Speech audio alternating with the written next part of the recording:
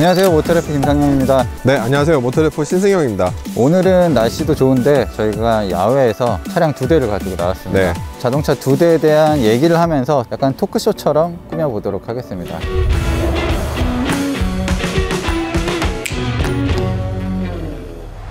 오늘 왜 이 차를 선택했는지 좀 배경을 좀 말씀해 주시면. 저희가 준비한 차는 르노 삼성의 XM3와 QM6입니다. 네. 국내 자동차 시장에서 판매량 순위 탑 10 안에 들어가는 자동차가 현대기아차 빼고는 없었는데, 르노 삼성은 최근에 보였죠. 이 XM3 같은 경우에는 지난 3월 판매량에서 9위를 당당히 차지했었고, QM6 같은 경우에는 작년 하반기 SUV 전체 판매 1위를 한번 했었습니다. 그리고 올해 1분기 판매량도 팰리세이드, 산타페에 이어 전체 SUV 3위를 달리고 있기 때문에 이 충분한 대안, 나는 현대기아차가 싫다, 좀 새로운 차를 타고 싶다 라는 분들이 가장 많이 선택하시는 이 두 차를 가지고 같이 비교해 볼까 해요. 사실 그 전에는 이제 현대기아차를 제외하고 두각을 나타냈었던 모델이 쌍용차 티볼리, 그리고 없네. 네, 쌍용차 티볼리를 제외하면 뭐 쉐보레 트레일블레이저도 선전을 하고 있지만, 네, 나온 지 얼마 안 됐고 그렇게 큰 부각이 될 정도는 아니었거든요. XM3와 QM6는 5,000대 이상 판매를 기록하면서 네. 굉장한 선전을 하고 있습니다. 3월 기준으로 봤을 때 이 차는 5,500대, 그러니까 셀토스가 6,000대를 넘겼고 코나가 한 5,000대니까 그 사이에 딱 포지션하고 있다 보시면 될 것 같아요. XM3 같은 경우는 처음 나왔을 때부터 가성비, 독창적인 이 쿠페 라인 때문에 각광을 많이 받았고 인기가 많을 거라고 예상을 했었는데, QM6는 살짝 의외예요. QM6는 의외다. QM6는 나온 지도 좀 오래됐고, 그렇죠. 이미 경쟁 브랜드들이 이제 신차를 내놓고 있는 상황에서도 판매가 이제 올라가고 있단 말이죠. 이 차가 산타페나 소렌토보다는 좀 작잖아요. 그런데 투싼이나 스포티지보다는 크단 말이죠.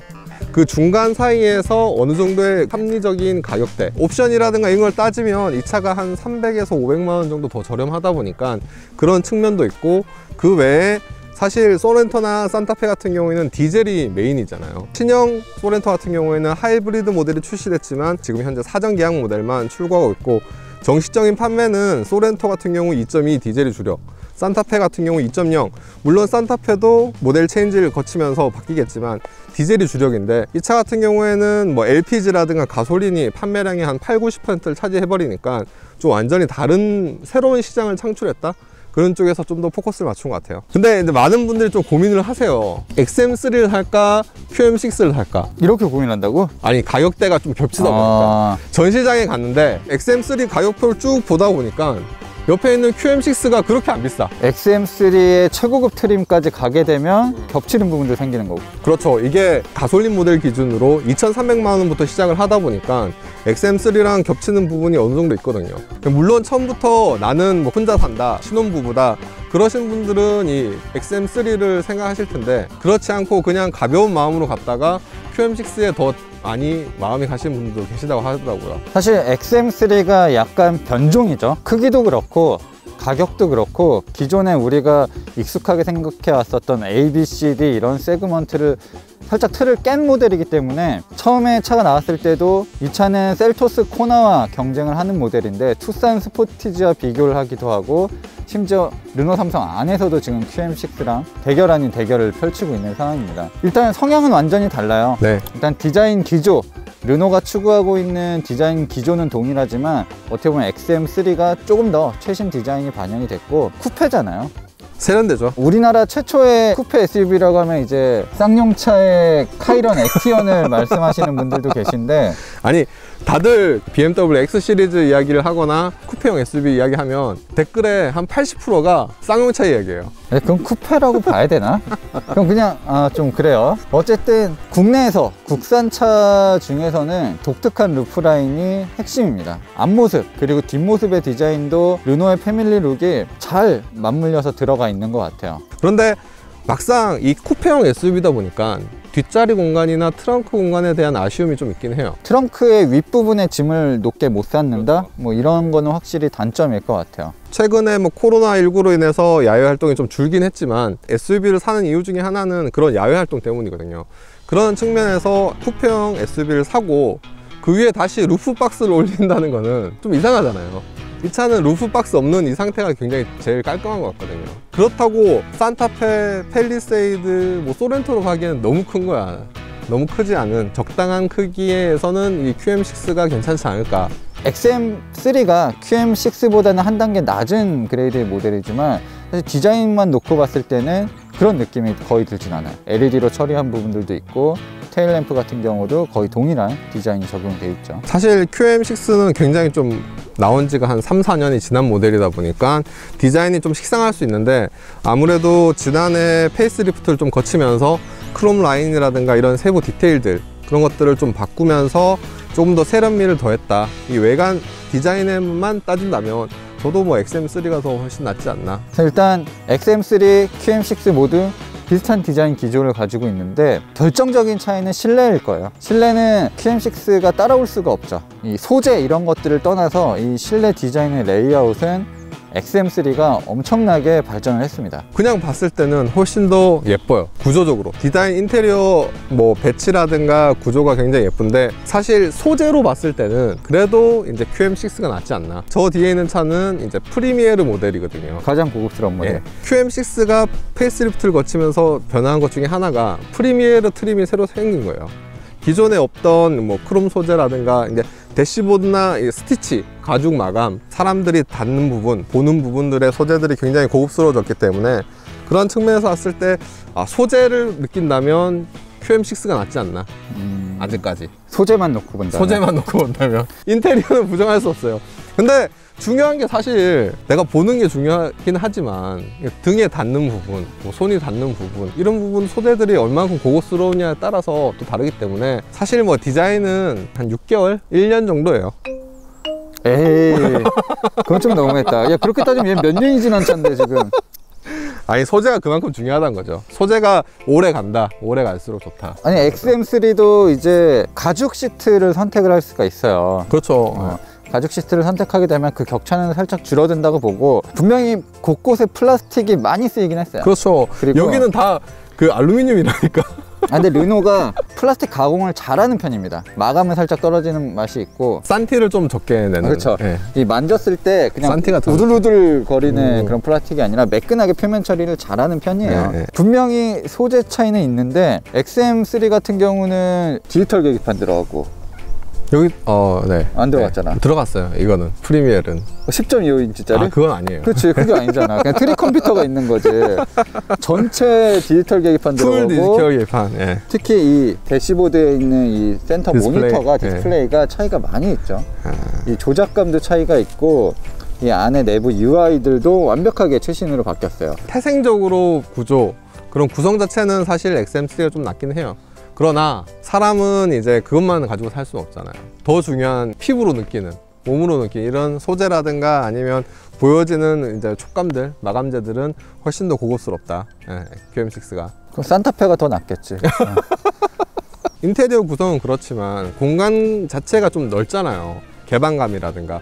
그리고 썬루프가 파노라마 썬루프이기 때문에 썬루프 열고 뒷자리에 앉아 있으면 굉장히 좀 넓은 공간을 누릴 수 있는. 사실 저는 자동차를 선택할 때 가장 중요하게 생각하는 게 최신차를 사는 걸 가장 중요하게 생각합니다. 저는 조금 달라요. 어느 정도 오래 탈 수 있는 차. 실제로 구매하시는 분들은 이 차를 사서 짧게는 뭐 3년, 5년, 길게는 7년에서 10년까지 타시기 때문에 한 번 타더라도 좀 오래 질리지 않고 오래 탈 수 있는 차가 좋다고 생각하거든요. 일단 앉아보면 QM6와 XM3는 차이가 많이 나고 어쨌든 QM6도 저렇게 바뀔 거예요. 네. 그러니까 QM6가 저렇게 안 바뀌면 신승현 기자의 말이 맞지만 QM6도 결국 바뀔 거라니까요. 쟤는 그냥 지금 맞아요. 느린 거예요. 어쨌든 세그먼트가 더 중요하냐 아니면 옵션이 더 이제 많은 것이 중요하냐 이런 차이를 가지고 봤을 때 XM3와 QM6가 지향하는 바도 다르고 그 다음 저희가 처음에 말씀드렸듯이 현대기아 차가 아닌 새로운 대안으로서의 르노 삼성이 굉장히 성장하고 있기 때문에 그 부분에 대해서 이제 포인트를 좀 말씀드리려고 해요. 연비가 어떠셨어요? 저는 굉장히 잘 나왔습니다. 일단 XM3는 누가 뭐래도 연비를 위해서 태어난 자동차고 동급 중에서는 경쟁 모델의 하이브리드 모델 수준의 연비가 나올 수 있어요.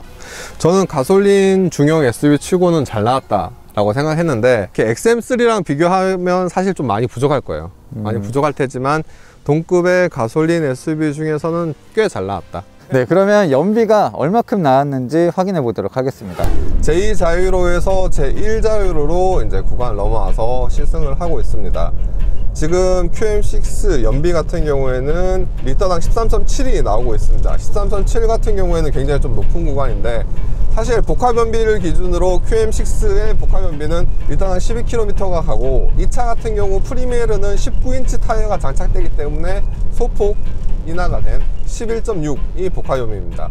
물론 고속구간이 대부분 고속구간에서 주행을 하고 있기 때문에 지금 13.8 넘어가고 있는데, 지금 대부분의 구간에서 1500에서 1800 RPM 정도를 유지하면서 연비 주행을 하고 있기 때문에 연비는 계속 높아지고 있습니다. 이제 가솔린 SUV 같은 경우에는 상대적으로 연비가 좀 떨어지는 반면에 굉장히 좀 정숙하고 주행 감각이 부드럽습니다. 일상생활에선 이 정도면 충분한 것 같아요. 도심에서 혹은 고속도로에서도 충분하게 갈 수 있고, 아무래도 진동이나 소음이 적다 보니까 승차감 자체도 굉장히 좀 좋은 편이에요. 프리미에르 모델 같은 경우에는 1열, 2열에 이중 접합 유리를 추가함으로써 외부에서 들어오는 소음을 굉장히 잘 억제하고 있습니다. 핸들링 성능은 굉장히 좀 경쾌하게 가볍게 잘 움직이는 편입니다. 즉각적으로 막 칼치기를 위해서 그런 편이 아니라 조향 방향에 맞춰서 부드럽지만 민첩하게 움직이기 때문에 시내 주행에서도 굉장히 좀 편안하게 운전하실 수 있고, 고속 주행에서도 방향 전환 시 스무스하고 부드럽게 움직이고 있습니다. 갑작스러운 가속 능력은 굉장히 좀 떨어져요. 이게 확 밟았는데 풀 악셀을 밟았음에도 불구하고 한 타이밍 늦게 나가잖아요. 한 타이밍 늦게 나가는데 그렇다고 해서 가속 성능이 완전히 떨어지느냐? 그렇진 않아요. 쭉 밟고 있으면 천천히 쭉 올라가요. 그러니까 과거에 2.0 가솔린을 장착한 세단, 한두 세대 전에 세단들이 그런 특징을 가졌듯이 쭉 부드럽게 쭉 올라가지만 순간적으로 그 순발력이라든가 퍼포먼스는 조금 떨어진다, 그렇게 생각하시면 될 것 같아요.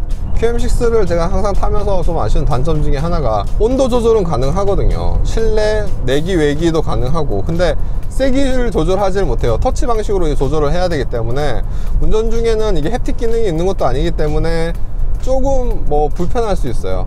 그래서 운전자 중심에 물리 버튼 혹은 햅틱 기능 그런 것들이 있었으면 어땠을까 라는 게 아쉽고, 요 장치도 요 안쪽으로 왔으면 어땠을까. XM3에서는 이런 것들이 굉장히 많이 개선되었었거든요. XM3에도 적용된 그 스타일을, 인테리어 구성을 빠른 시간 내에 QM6에도 적용해야 되지 않을까.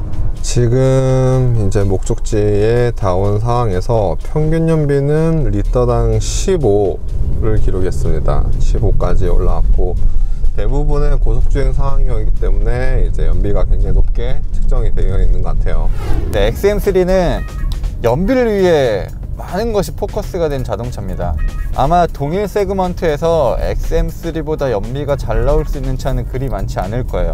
그래서 QM6와 연비 대결을 하는 거는 사실 무의미하고, 그래도 신승현 기자가 연비 운전을 상당히 잘하는 편이기 때문에 두 모델의 최고 연비를 기록해 보는 것도 의미가 있을 것 같습니다. QM6도 연비, 승차감에 많은 것들이 맞춰져 있는 자동차입니다.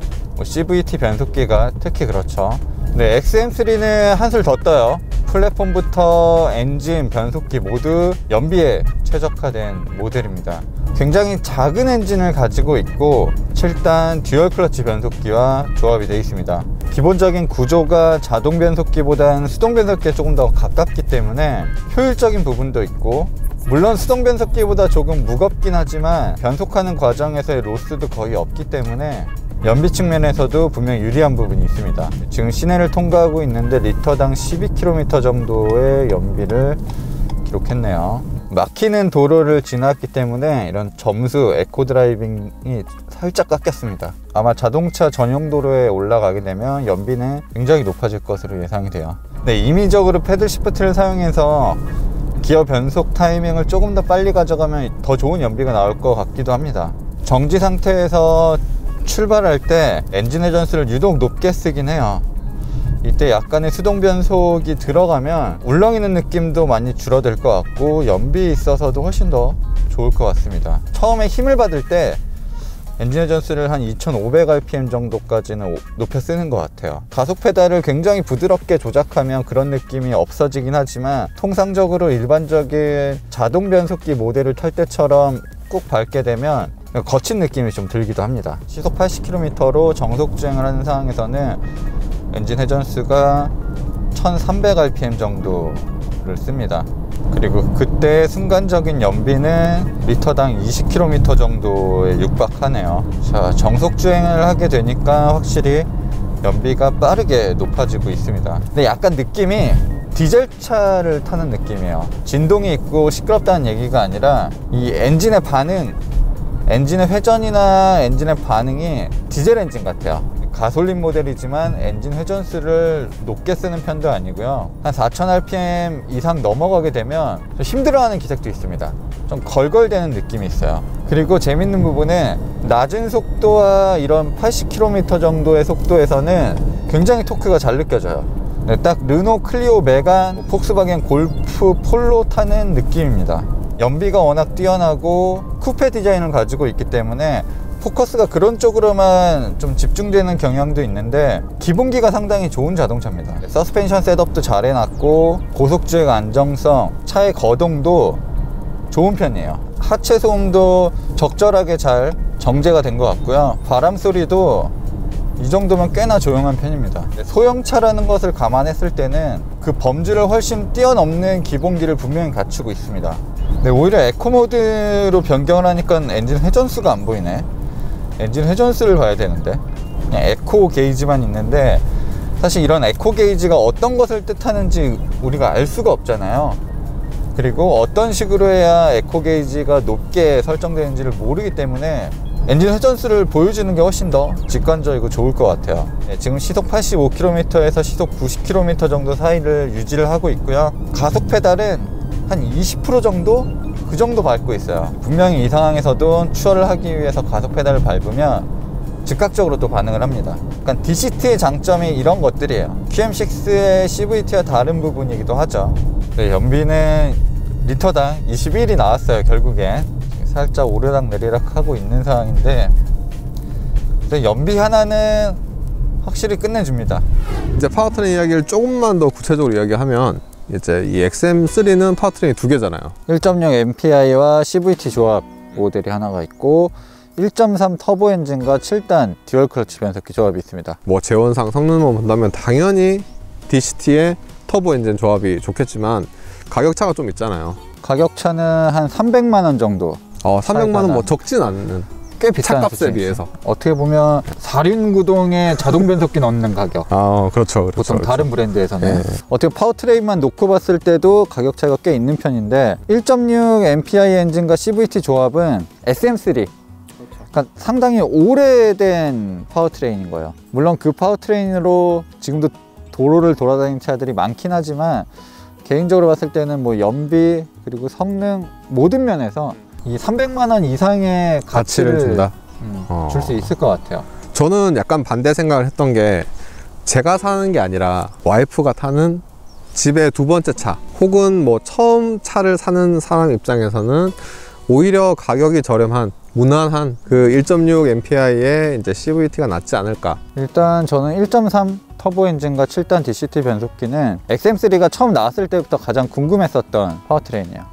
뭐 메르세데스 벤츠와 함께 공유를 하는 파워트레인이죠. 벤츠가 제작에 많은 관여를 하진 않았어요. 이건 르노가 거의 처음부터 끝까지 주도해서 만들었고 여기에 조금씩 벤츠의 기술, 기술도 노하우 정도? 기술도 아니고 노하우도 아니고 제가 봤을 때는 양념? 검증 이 정도로 만들었으면 우리가 써도 괜찮다 정도. 벤츠 인증 정도. 약간의 주문 정도는 넣었겠죠. 주문 정도는 넣었지만 애초에 연구 개발 자체를 르노가 주도를 했고요. 변속기는 이제 게트락에서 공급을 받은 모델입니다. 메르세데스 벤츠의 A클래스, B클래스 이런 차들에도 동일한 파워트레인이 적용이 돼요. 자동차 회사 중에서 가장 영향력 있는 메르세데스 벤츠가 쓴다는 것 자체만으로도 효과가 있겠죠. 사실 르노에서 만든 이제 엔진이긴 하지만 벤츠도 같이 쓰는 거고 르노에서 만든 엔진을 벤츠가 사용할 정도로 이 엔진에 대한 신뢰성 그리고 검증이 됐다라는 측면에서 굉장히 좋은 엔진이 들어간 상황이고 QM6 같은 경우에는 세 가지 파워트레인이 갖췄어요. 2.0 가솔린, 2.0 LPI, 그리고 1.7 디젤. 근데 사실 1.7 디젤은 뭐 호불호가 좀 나뉘는 편, 그리고 판매 자체도 그렇게 많지 않은 편이라서 좀 차지하고, 메인이라고 할 수 있는 게 어느새 LPI 모델이 굉장히 많이 팔리는 차가 돼서 LPI 엔진이 메인이다 라고 할 정도. 그런데 저는 지금 제가 타고 온 2.0 가솔린을 좀 추천드리고 싶어요. 사실 LPG 같은 경우 뭐 물론 연비도 저렴하고 파워트레인 성능도 크게 부족하진 않지만, 부족하지 않은 거와 그 수준 이상을 만족시키는 거는 또 계획이 있기 때문에 어느 정도 일정 수준에서 주행 성능이라든가 핸들링이라든가 가속력, 퍼포먼스를 느끼기 위해서는 2.0 가솔린이 적당하지 않을까 라는 게 제 개인적인 생각입니다. 르노 삼성 같은 경우는 예전부터 현대기아차가 가지 않는 길을 좀 틈새 시장을 노리겠다라고 발표를 한 적이 있어요. 공식적으로 얘기를 한 적이 많이 있는데, LPG 같은 경우도 국내에서 유일하죠. 네, SUV 중에서 LPG를 사용하는 유일한 자동차이기 때문에. 그런데 분명히 이점이 있습니다. 어쨌든 우리가 이런 약간 소외되는 브랜드의 자동차들을 조금 더 면밀하게 살펴보면 분명히 그만의 장점을 가지고 있고 경쟁 브랜드보다 좋은 점들이 있거든요. 네. 이런 것들을 우리가 조금 더 관심 있게 볼 필요가 있어요. 결국엔 이래야 우리의 선택권이 더 넓어지고 우리가 더 다양한 자동차를 만나볼 수 있는 거거든요. 저희가 단순하게 뭐 현대기아의 대항마가 아니라 넓은 선택권을 제공하는 측면에서 봤을 때 지금 가장 치열한 소형 SUV 시장, 그리고 가장 많은 분들이 관심을 가지고 계시는 중형 SUV 시장에서 이 르노 두 차종이 굉장히 두각을 나타내고 있기 때문에 비교를 한번 해보려고 했고, 2천만 원 중후반대에서 이 두 가지 모델이 어느 정도 겹치고 있기 때문에 어떤 선택을 하실지 그것들에 대해서 좀 도움이 됐으면 좋겠어요. 저는 마지막으로 한 말씀 드리고 싶은 게, 이거는 이제 르노에서 좀 잘해야 되는 부분 중에 하나인데, 아까도 신세영 기자가 얘기했지만 지금 간접적으로 두 차가 경쟁을 하고 있는 상황이에요. 네. 가격이 겹치고 있는 상황이고 XM3가 잘 나온 부분들이 많기 때문에 경쟁을 하게 되는데, 쌍용차 같은 경우 티볼리가 워낙 잘 팔리다 보니까 호란도가 제 힘을 얻지 못하고 손해를 많이 봤습니다. 그런 전철을 르노 삼성도 밟지 말란 법은 없거든요. 그렇죠. 최소한 XM3에 적용된 이러한 것들 중에 이 차가 더 상위 체급이기 때문에 더 빨리 연식 변경이나 모델 체인지를 통해서 좀 적용돼야 될 부분들은 분명히 있어요. 그 부분들을 알고 지금 XM3가 잘 팔린다고 해서 QM6를 좀 등한시하거나 소홀히 할 필요는 전혀 없어요. 둘 다 서로 적당히 겹치고 적당히 따로 경쟁하면서 그 내부에서 서로 시너지 효과가 발생할 수 있도록 QM6에 대한 업데이트도 좀 필요하다고 봅니다. 네, 두 대를 지금까지 살펴보고 얘기도 나눠봤습니다. 저는 마음은 변하지 않았던 것 같아요. 저도 뭐 마음이 변하지 않았습니다. 같은 가격대라고 하더라도 저는 최신차 그리고 좀 더 예쁜 차를 선호하기 때문에 XM3를 선택할 것 같습니다. 같은 가격대면 조금 더 넓은 차, 조금 더 오래 탈 수 있는 QM6를 저는 선택할 것 같아요. 여러분의 생각도 궁금합니다. 여러분이 같은 가격대의 QM6와 XM3를 선택하신다면 어떤 차를 선택할지 댓글을 달아주시는 것도 재밌을 것 같습니다. 저희가 그 댓글의 의견과 비중을 반영해서 또 따로 기사를 또 작성하도록 할게요. 여러분의 선택을 기다리도록 하겠습니다. 네, 저는 지금까지 모터래프 김상영이었고요. 네, 모터래프 신승영이었습니다. 감사합니다.